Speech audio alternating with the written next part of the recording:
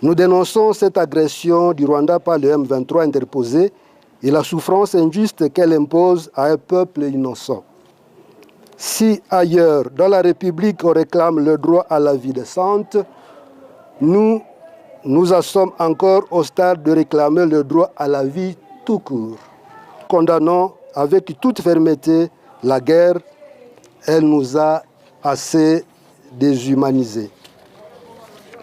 Nos recommandations au gouvernement de la République démocratique du Congo.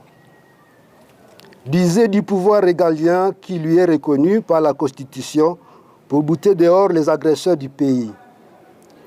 Nous, les peuples de l'Est du pays, en avons tant souffert. Nous voulons enfin respirer l'air de la paix. La guerre n'a que trop duré dans cette partie du pays. 2.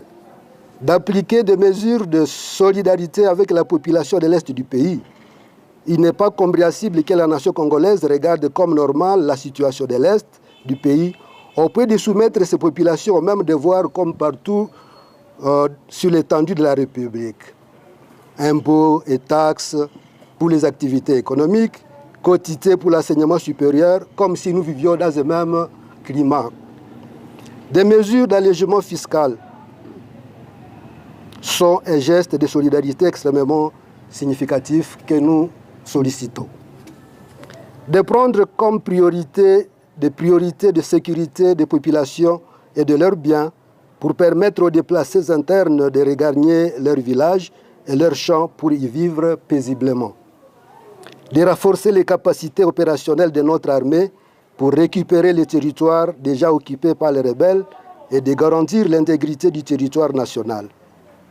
Puis, d'améliorer les conditions de vie des militaires et de renforcer le budget alloué aux opérations militaires, tout en luttant contre toutes sortes d'impunité au lieu de trop compter sur l'intervention des armées extérieures, souvent complices de nos ennemis. De nettoyer l'armée de tous les traîtres filtrés en les mettant hors d'état de nuire par tous les moyens possibles. Accélérer le projet d'ouverture des centres de formation militaire dans les environs à l'intention de jeunes désireux de s'engager dans la défense de la patrie sous les couleurs nationales. De tenir au peuple un discours clair et cohérent, pouvant rassurer ceux qui veulent s'engager dans le service militaire. À la communauté nationale, nous sollicitons la solidarité de la communauté nationale. Les populations vouées à l'errance par la guerre ont perdu leurs moyens de vie.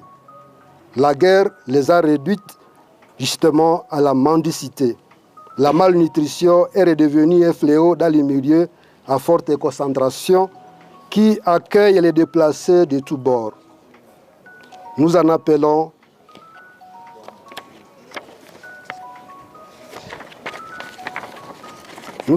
à la solidarité. Venez en aide à vos compatriotes qui gémissent dans les camps de déplacés ainsi que dans les familles d'accueil.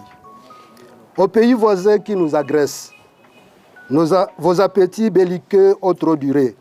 Retirez vos mains de la République démocratique du Congo. Dans l'histoire du monde, aucune nation n'est restée puissante tout le temps et aucune n'est restée faible tout le temps. La haine que vous sémez aujourd'hui par vos agressions répétées dans le cœur des peuples de la RDC, vous risquez de la moissonner un jour. Il est imprudent de travailler à ce XXIe siècle à la reconfiguration des frontières des États. Le peuple congolais se défendra toujours et défendra toujours sa patrie. Vous avez intérêt à faire la paix et maintenant pour un futur meilleur de vos concitoyens. À la communauté internationale, nous dénonçons votre hypocrisie et votre politique de 2 poids et 2 mesures.